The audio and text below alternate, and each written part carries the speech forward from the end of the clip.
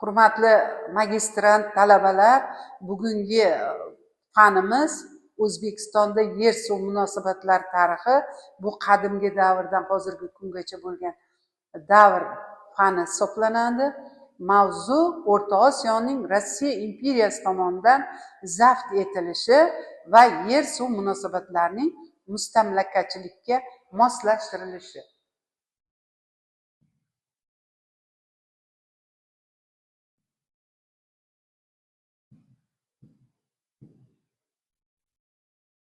Rejamiz podsho Rossiyasini o'lkada mustamlakachilik siyosatining asosiy xususiyatlari.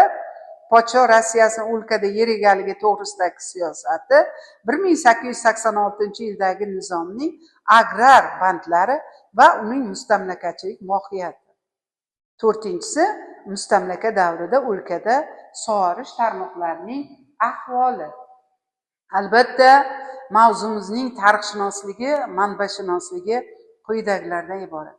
Ushbu mavzu Rossiya imperiyasining O'rta Osiyoni bosib olinishidan to 1917-yilgacha bo'lgan davrni qamrab oladi.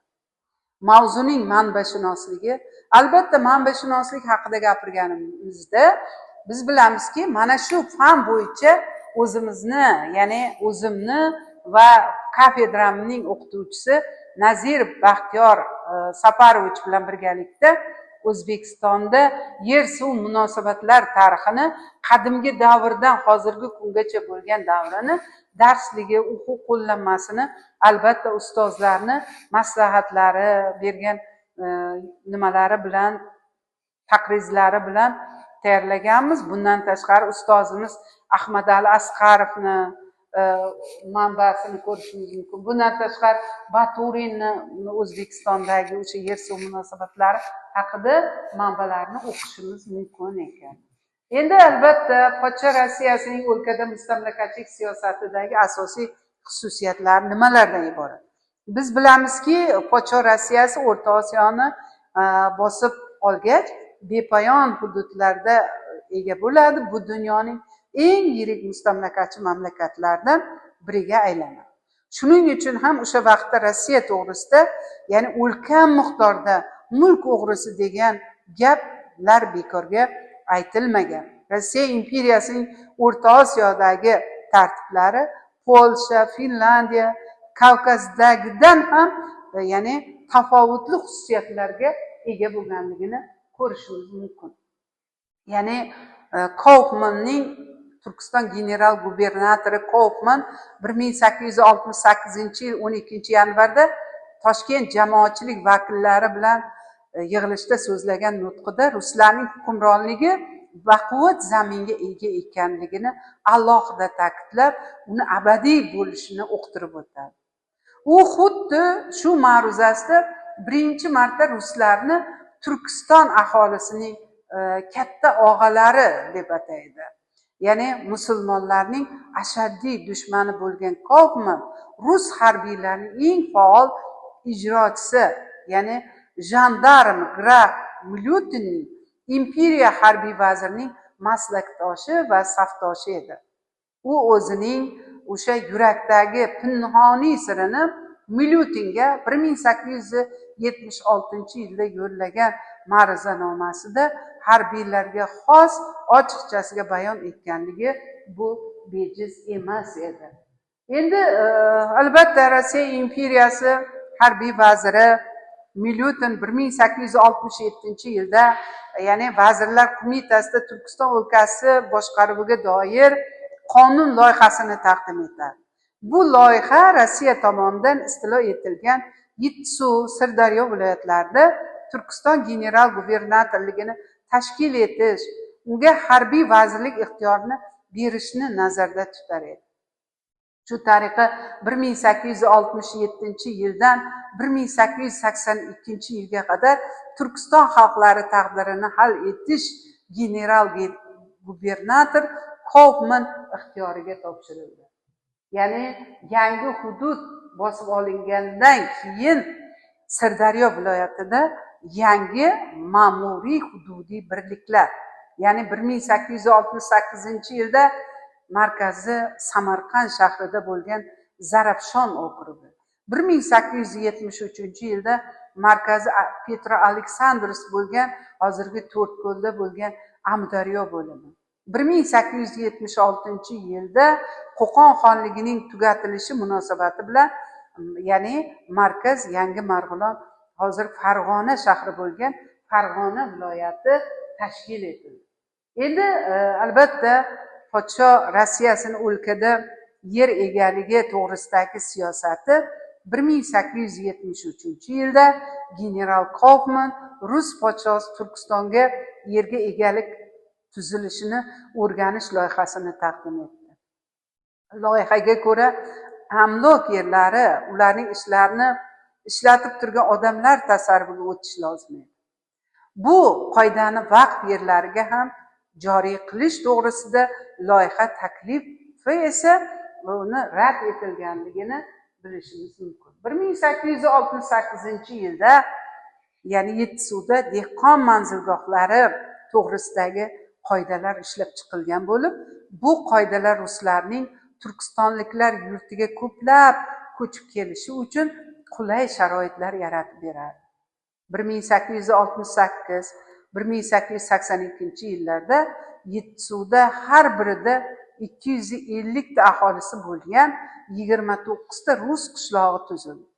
Bu davrda Sirdaryo viloyatida ham bunday qishloqlar 19 ta bo'lib, 1300 ta aholini o'z ichiga olar edi.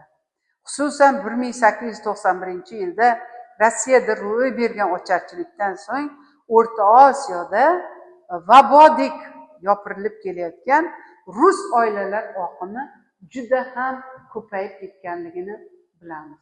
1906-yil o'lkaning 5 ta viloyatida, ya'ni 451 ming tanob yerga ega bo'lgan 136 ta rus posyolkalari paydo bo'ldi. Har bir xo'jalikning tomorqasi 34,5 tanobdan iborat edi.